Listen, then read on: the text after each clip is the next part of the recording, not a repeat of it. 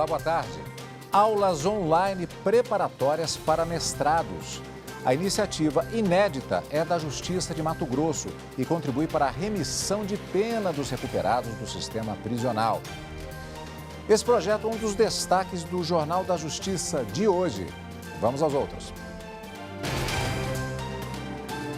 Procuradoria-Geral da República pede abertura de inquérito para investigar presidente Jair Bolsonaro por prevaricação. Ministro Luiz Roberto Barroso, do STF, nega a quebra de sigilos fiscal, bancário, telefônico e telemático da conselheira do Tribunal de Contas do Estado do Amazonas, Yara Lins Rodrigues dos Santos. E ainda, na reportagem especial sobre os 130 anos do Supremo Tribunal Federal na era da República, vamos ver como foi a atuação do Judiciário no primeiro impeachment após a Constituição de 88. Collor foi o primeiro presidente eleito pelo voto direto após o fim da ditadura militar e herdou um país cheio de problemas.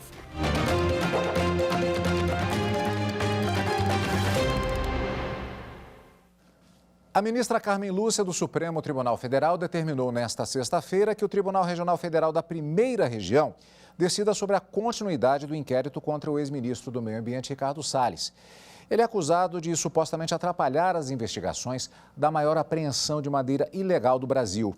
Com a saída de Salles do cargo de ministro, ele perdeu o foro privilegiado no STF e o caso foi enviado ao ao Tribunal Regional Federal da Primeira Região.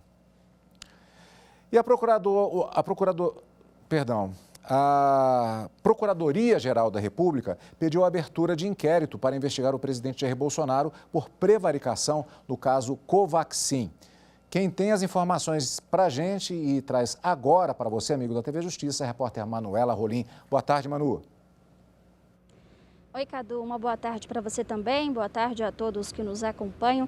Pois é, Cadu, a Procuradoria-Geral da República pediu a abertura de um inquérito para investigar o presidente Jair Bolsonaro por prevaricação após ele ter recebido informações sobre irregularidades na compra da vacina Covaxin. O pedido foi feito após a ministra Rosa Weber cobrar e pedir um posicionamento da PGR sobre essa notícia-crime que foi apresentada por 3 senadores ao STF. A PGR havia pedido para aguardar a conclusão, o fim da comissão, mas a ministra disse que a apuração na CPI não interfere e não atrapalha a atuação do Ministério Público Federal. E uma outra notícia também de hoje foi o envio de uma ação do Ministério Público Federal para a Justiça Federal contra o ex-ministro da Saúde, Eduardo Pazuello, por improbidade administrativa. A ação traz atos de Pazuello que, de alguma forma, dificultaram e prejudicaram o combate à pandemia da Covid-19 e pede para que ele devolva integralmente o valor de 122 milhões de reais aos cofres públicos. Cadu? Obrigado, Manuela. O ministro do Supremo Tribunal Federal negou quebra de sigilos fiscal, bancário, telefônico e telemático da conselheira do Tribunal de Contas do Estado de Amazonas, Yara Lins Rodrigues dos Santos, e da filha dela, Tereza Raquel Rabelo. O pedido havia sido feito pela Comissão Parlamentar de Inquérito da Pandemia no Senado Federal. O ministro atendeu ao pedido de Yara Lins Rodrigues dos Santos, conselheira do Tribunal de Contas do Amazonas, e da filha Tereza Raquel Rodrigues Rabelo. Elas são mãe e irmã do deputado do Amazonas, Fausto Júnior. O deputado foi relator da CPI da Saúde na Assembleia Legislativa do Amazonas no ano passado. Ele recomendou o indiciamento de servidores do Estado, mas não do governador do Amazonas, Wilson Lima, nem do então secretário de Saúde, Marcelo Campelo. Na terça-feira, o deputado Fausto Júnior depôs na CPI da pandemia no Senado sobre o enfrentamento da pandemia no Estado. E segundo o presidente da comissão, senador Omar Aziz, o não indiciamento do governador do Amazonas e do ex-secretário de Saúde é suspeito. A CPI da pandemia solicitou a quebra de sigilo da mãe e da irmã do deputado Fausto Júnior desde abril de 2020 até hoje. A conselheira do Tribunal de Contas do Amazonas e a irmã do deputado entraram com mandado de segurança no Supremo Tribunal Federal e alegam que o pedido da CPI não está bem fundamentado e que a justificativa para quebrar o sigilo das duas não tem relação com o que é investigado pela comissão do Senado. Ao negar o acesso aos dados, o ministro Luiz Roberto Barroso afirmou que o pedido de quebra de sigilo feito pela CPI da pandemia não aponta indícios suficientes de que Yara e Tereza teriam participação em atos que justifiquem o acesso às informações. Além disso, a intenção para a quebra desse sigilo é investigar o deputado estadual Fausto Júnior. Luiz Roberto Barroso lembrou que a CPI tem competência apenas para determinar quebra de sigilo de pessoas investigadas, o que não é o caso. Olha só, agora vamos falar de adoção. Decisão do Superior Tribunal de Justiça reforça a possibilidade de flexibilização da diferença mínima de idade de 16 anos entre adotante e adotado, estabelecido no Estatuto da Criança e do Adolescente. A adoção muda por completo a vida de muitas pessoas, tanto a de quem está sendo adotado, como a da nova família que se prepara para receber uma criança ou um adolescente. Renascem expectativas, planos e sentimentos. E por isso é importante que todo o processo seja feito com muita cautela.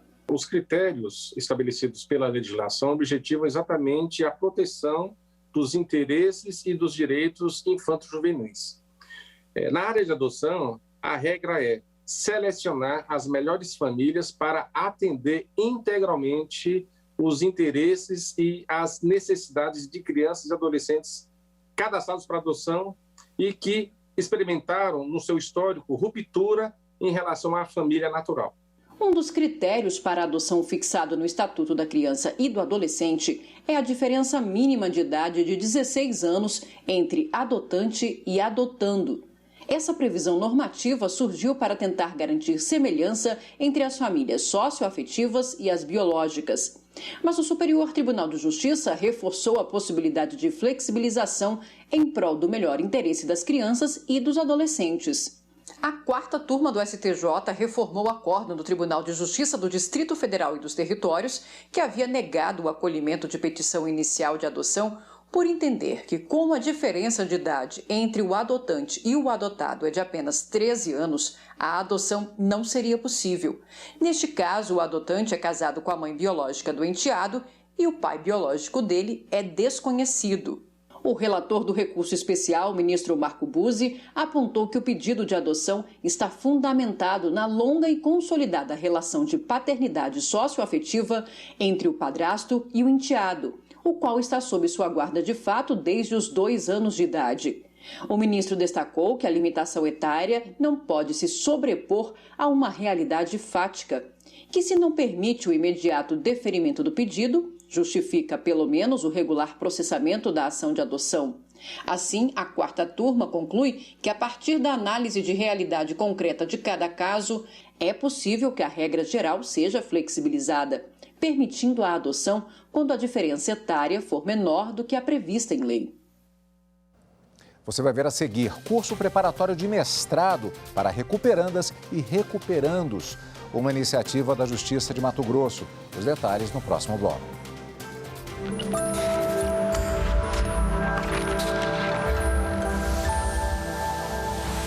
Quando se fala em força normativa da Constituição, o objetivo é se dar à norma constitucional a máxima efetividade possível.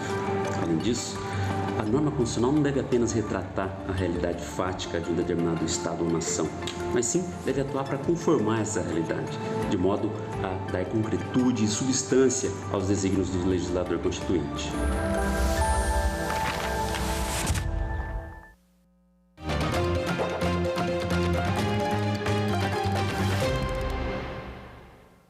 A Justiça de Mato Grosso desenvolve um projeto inédito no Brasil. Oferece curso preparatório de mestrado para recuperandas e recuperandos que cumprem pena e querem construir uma nova história quando saírem da prisão. Vamos ver na reportagem de Vitor Cabral.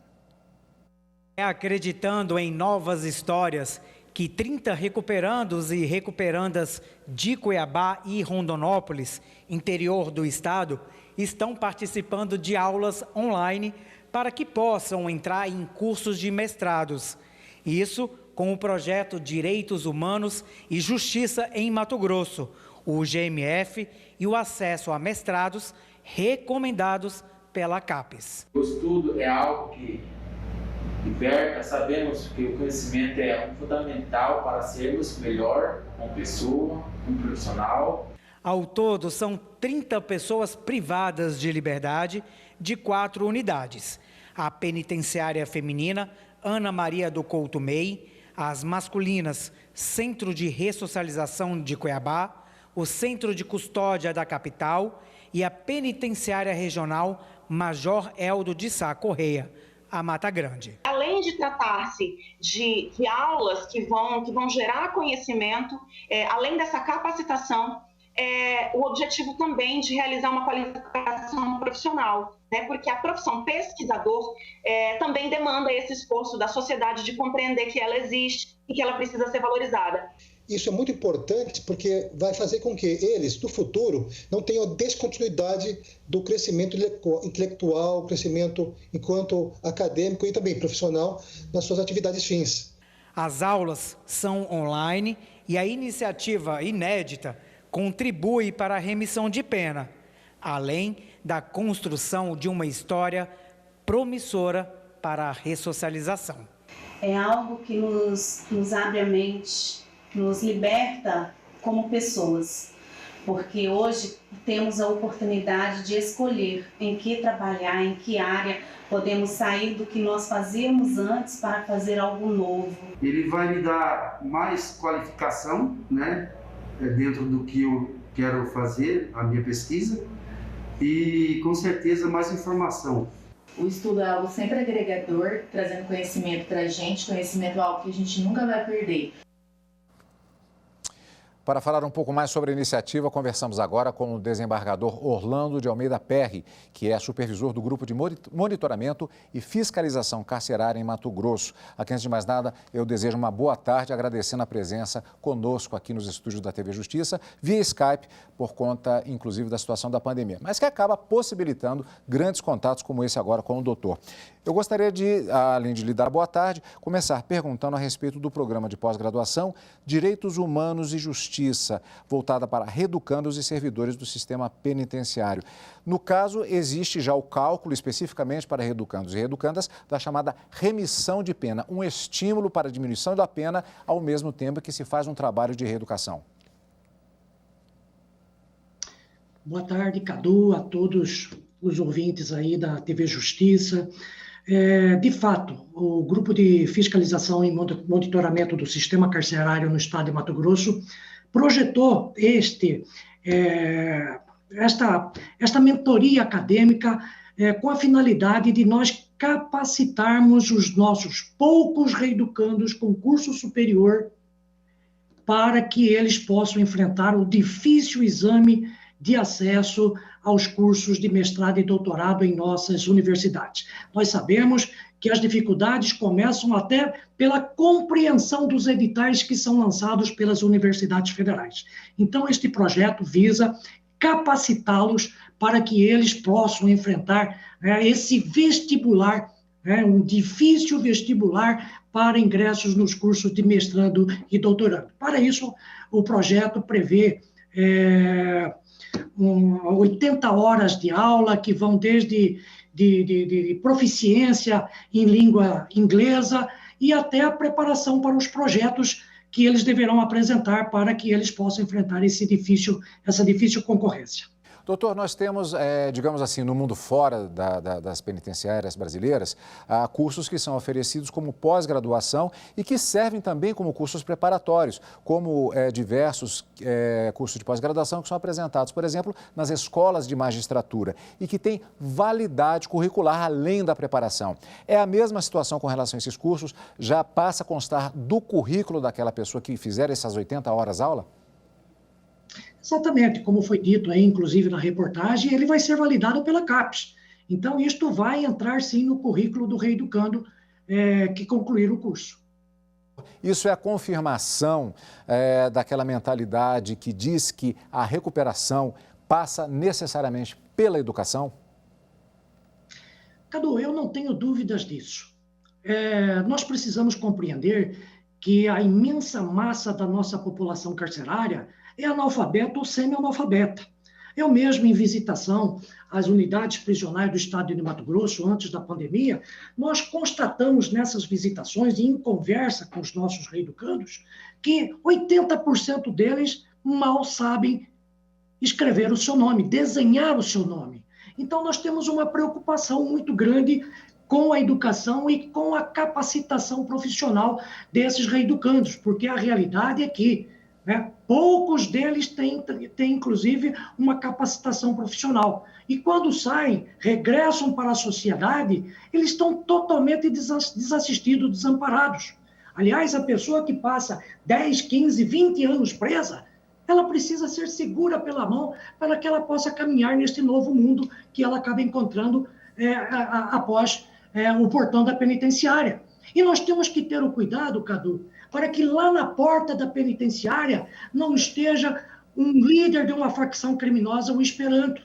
É isso que, no mais das vezes, tem acontecido dentro do nosso sistema prisional, que tem sido comandadas pelas organizações criminosas. O problema começa já na porta de entrada, porque a superpopulação carcerária não permite sequer fazer a separação de presos. Hoje, no estado de Mato Grosso, este ano está programado para nós construirmos uma unidade de segurança máxima, para que nós possamos isolar as lideranças das organizações criminosas, que, inclusive, pasme, impedem os seus faccionados, os seus filiados de estudar. Este é um grande problema que nós temos dentro das unidades prisionais, porque as facções criminosas não permitem sequer que eles estudem.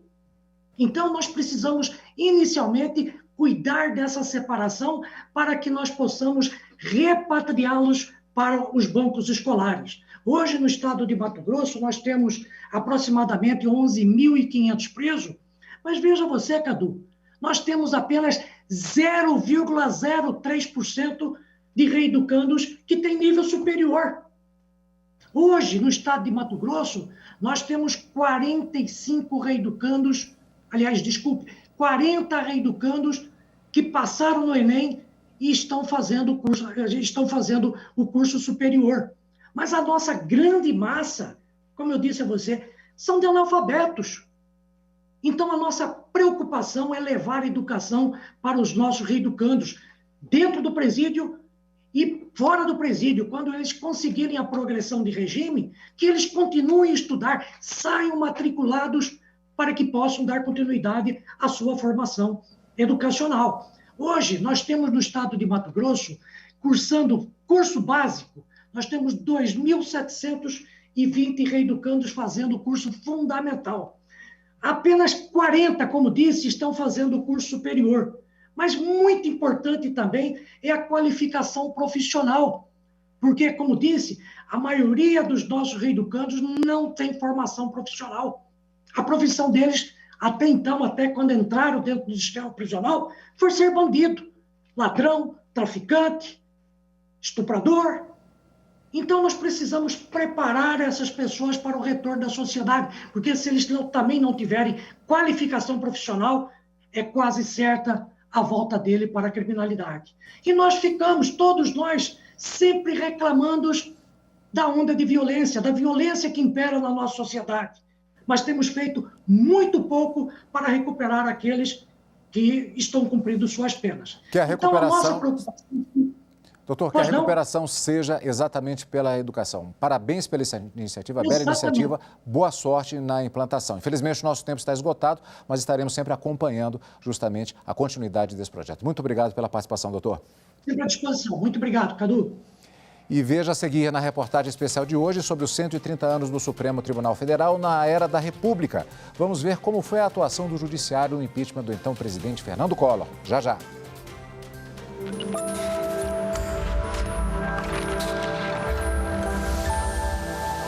Aquele Brasil que existia no processo constituinte é totalmente diferente do Brasil que a gente tem hoje, graças à nossa Constituição. Claro, ainda temos muito a crescer, nós temos muito a melhorar, mas não podemos dizer que temos um país totalmente diferente após a promulgação da Constituição Federal de 88.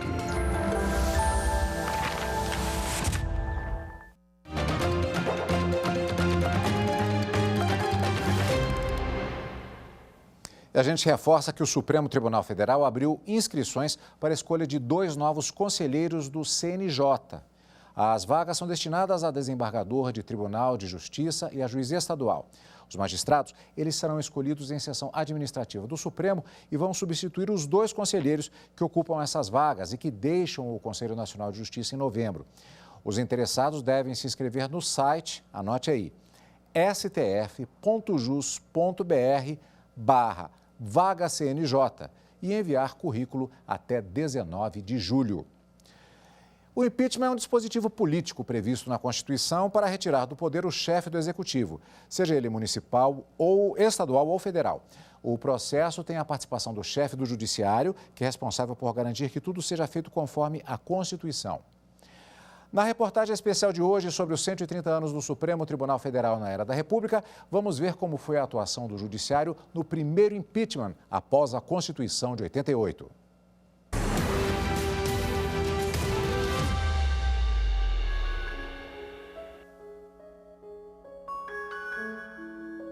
O tempo é o senhor da razão. E a razão da justiça é sempre a melhor e a mais forte. O julgamento da ação penal 465 pelo Supremo Tribunal Federal no último dia 24 de abril veio reescrever a história do Brasil na parte referente ao período em que exerci com muito orgulho e honra, pelo voto direto de todos os brasileiros, a presidência da República Federativa do Brasil. O julgamento destacado pelo senador Fernando Collor de Mello durante um pronunciamento em 2014 foi realizado no Supremo Tribunal Federal. A Corte absolveu o senador das acusações pelos crimes de peculato e corrupção passiva por falta de provas. Foi por causa dessas acusações que Collor sofreu impeachment. Mas para entender bem essa história, é preciso voltar um pouco no tempo.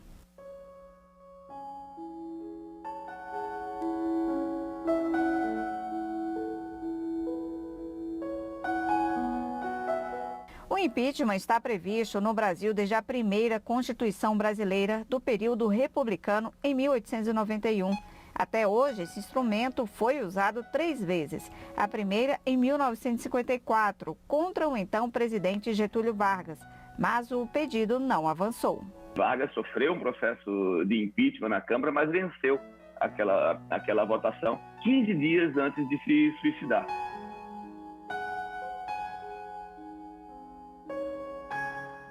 Em 1992, um novo caso. Desta vez contra o então presidente Fernando Collor de Mello. O Brasil acabava de passar pela redemocratização e Collor foi o primeiro presidente eleito pelo voto direto após o fim da ditadura militar e herdou um país cheio de problemas. O principal era a economia, com uma inflação que chegou a 1.700% ao ano. Na tentativa de conter os preços, confiscou a poupança dos brasileiros, medida que abalou a popularidade do governo logo no início do mandato. Em 1992, ele foi acusado de corrupção pelo próprio irmão Pedro Collor de Mello e o Ministério Público apresentou denúncia de que o governo Collor usava dinheiro público em contratos de publicidade. Foi nesse contexto que o instrumento do impeachment foi usado pela segunda vez. E, ao contrário de Getúlio Vargas, Collor não conseguiu barrar o pedido. No começo, quando começou essa CPI de investigação, que começou a tramitar esse impeachment, ninguém na época achava que daria em alguma coisa, né? Mas aí vem o apoio popular, vem as manifestações, né, os famosos caras pintadas. Então, acaba que o impeachment vai para frente, passa pela Câmara, passa pelo Senado. Com o pedido aprovado na Câmara, coube ao Supremo Tribunal Federal definir as normas para o processo, uma vez que era preciso adaptar a lei do impeachment ao que estava previsto na Constituição de 1988. Na lei, previa-se que o processamento da denúncia se daria perante a Câmara dos Deputados. Seria a Câmara dos Deputados que processaria e o processo iria para o Senado apenas para julgamento.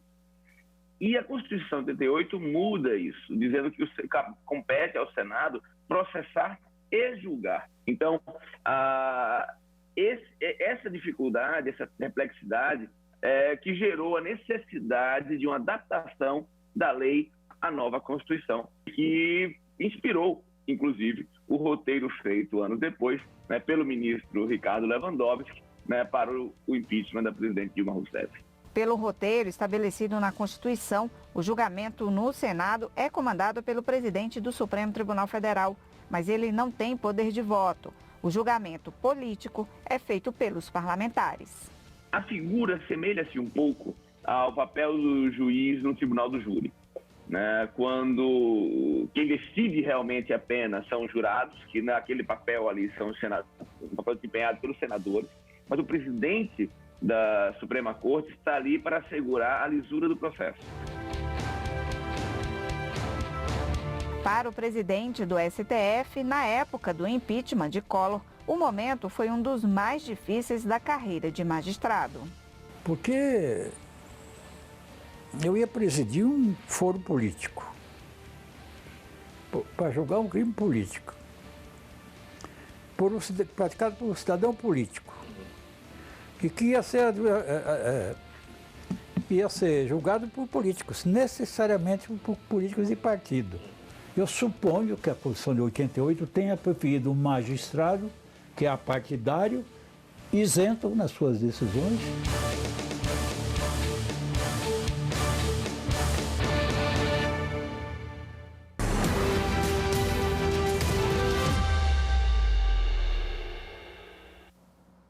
O Jornal da Justiça fica por aqui. Obrigado pela companhia, uma ótima tarde e eu volto logo mais no Jornal da Justiça, segunda edição. Até lá.